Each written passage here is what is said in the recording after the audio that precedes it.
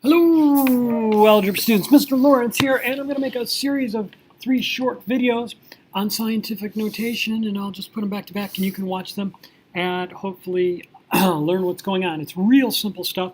This is just something that there's a gap in your learning because of the switch to the Common Core. It's no fault of yours or your teachers, and to be honest with you, I don't know how I can really fit it in and test you on it and all that and give you time to practice.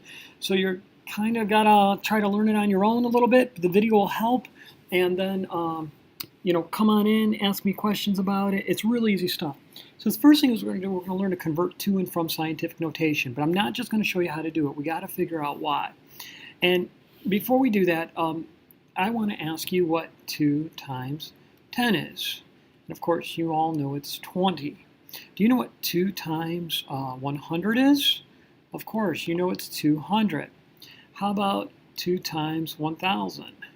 Well, of course, it's 2,000. Now, if I asked you what's going on, somebody's going to say, I'm just adding a 0. And I disagree with that assessment because that causes you difficulty. So if you were thinking that, please try something else. Like, for example, what is 1 4/10 times 10? You can't just add a 0 onto that. But if you know it's 14, what is 1 4/10 times 100? Well, that's going to be 140. Oops, that was a little extra doodad there. Let me see if I can get that out. All right, so if I did 1 4/10 times 1,000, I would get 1,000. Have I made a mistake? I feel like I've made a mistake. 1, 2. No, I guess I haven't. Yeah, that's right. Okay, 1,400. What about, say, I don't know, 3 2/500ths? If I multiply that by 10, I'm going to get 32.5. If I take 3 2/500ths and multiply by 1,000 or by 100, I'm going to get 325. Right?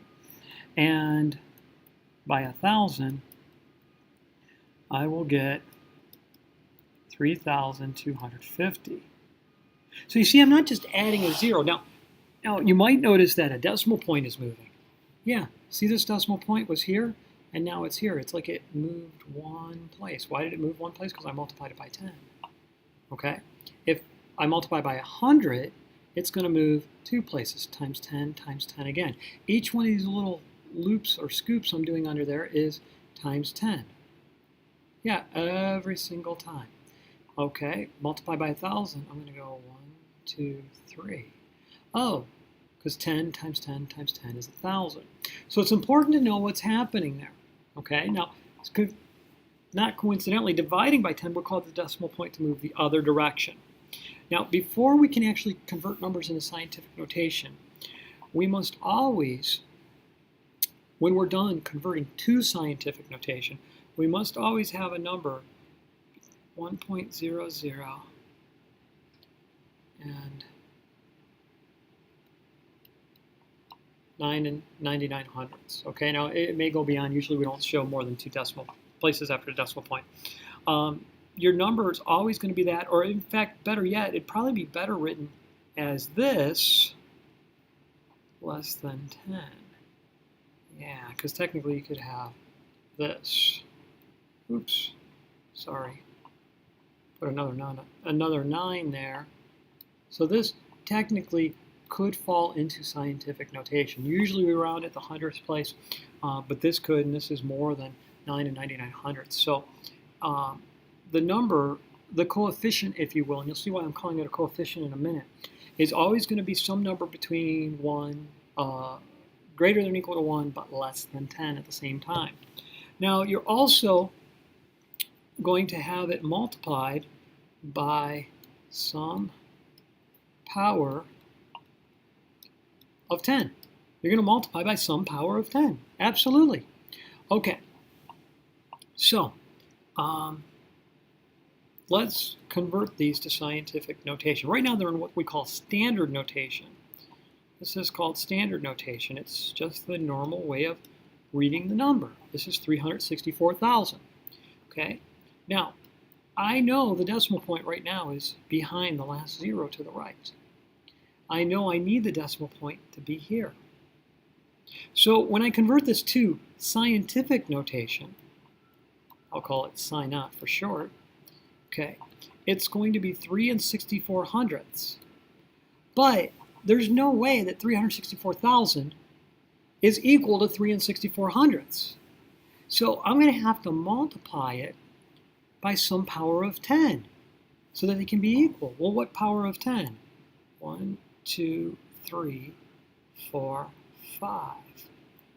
Oh, so I'm going to take 3 6400ths, multiply it by 10 to the 5th power. This is called scientific notation. Why do we have it? Because scientists, astronomers, physicists, biologists, often deal with numbers that are incredibly large, larger than you and I can really comprehend. You know, the sun is approximately 93 million miles away on average. That's a pretty big distance. That's nothing compared to other distances in the universe. Okay? So instead of reading off these humongously large numbers, they created scientific notation. And so a scientist might read this as 3 6400ths times 10 to the 5th power. Okay, so let's take another number, another large number, like 7,450,000. Let's convert it to scientific notation. So the decimal point is currently here, but we want it to be here. Okay, it's always after the first non-zero number. So I'm going to have 7 4500ths. I'm going to multiply it by some power of 10. Well, if I multiply it by 10, 100, 1,000, 10,000, 100,000, 1 million. But I'm not going to write a million out. Instead, I'm going to write a million as a power of 10. 1, 2, 3, 4, 5, 6. There we go. That's scientific notation. Pretty simple stuff. I'll give you a chance to practice in a minute. Now, we can also do it with numbers smaller than 1. See, the decimal point is here, but I want it to be there, right? So my number in scientific notation will be 2 3400ths. Now, when the decimal point moves this way, it's like I'm dividing, right? Boom, boom, boom, boom, boom. The only problem is scientific notation says it has to be multiplication. So I'm going to multiply by a power of 10 only if you think about it. When could I multiply by a power of 10? That would be the same as dividing by a power of 10. You know, if I could take 5 divided by 10 to the 2nd power, could I rewrite that as a multiplication problem? You know, it might look like this as a division problem. 5 divided by 10 squared. And then maybe I could take this to the numerator, and that would cause it to be 5, and then the 10 squared would be multiplied. And what would happen to that exponent when it moved from the denominator to the numerator? Oh, it would become negative, wouldn't it? Yeah, I'm going backwards. We usually have the negative exponent, and then I move it to the, so that's positive. With scientific notation, when I have a number smaller than 1, my exponent's going to be negative. This right here really means this. Or better yet, it means this. 5 over 10 squared, right? So in scientific notation, we express it with a negative exponent. Well, divide 1, 2, 3, 4, 5. So that would be the negative 5th power. Now, if you don't believe me, you could take 3 6400ths, multiply it by 10 to the 5th, and you should get this answer. Okay? You could take 2 3400ths, multiply it by 10 to the negative 5th, and you should get this answer.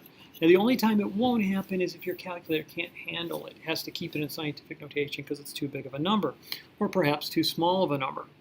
So, let's see this one. We're going to have 1 4300ths. We always want it after the decimal point after the first non-zero number. And then let's figure out what power of 10 to multiply by. Always multiply by a power of 10.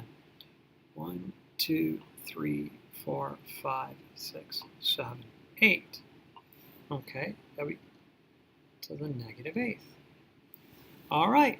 Now, let's say that you had a number in scientific notation like 2 and 1400ths, and you were going to multiply it by 10 to the, I don't know, third power. Well, to convert that to standard notation, since I'm multiplying by 1,000, this number is going to get bigger, isn't it? So I'm going to have the decimal point moving 1, 2, 3 places. In other words, 2,140. And there you go, 2,140. If I had a number smaller than 1, or I'm sorry, with a negative exponent, like maybe 5 and 9100ths times 10 to the negative fourth. Well, I've got this 5 and 9100ths, but since I'm dividing by 10, I'm actually dividing by 10,000, but I'm going to divide by 10 4 times. I'll divide by once, divide by it again, divide by 10 again, and divide by 10 again. And I'm going to fill those little, ooh, what the heck is that? I'm going to fill those in with little zeros, little placeholders. And so this number here in standard notation would be, let me see, tenths, hundredths, thousandths, 10,000ths, 100,000ths, millionths, right? 591 millionths. That's what this number means. Okay, so we've converted. You need a little chance to practice. So let me give you just a couple of problems here, and we're just going to convert.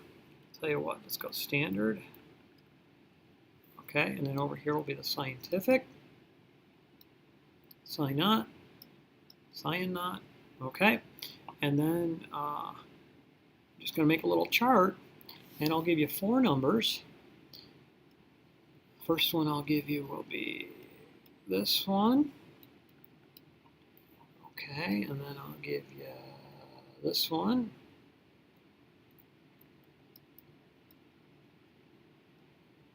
And then I'll give you, oh, let me see here. Let's do another one over here. Let's go with,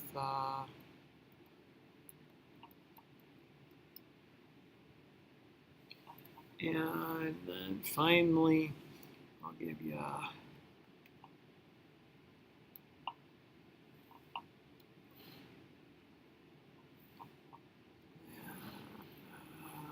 sorry.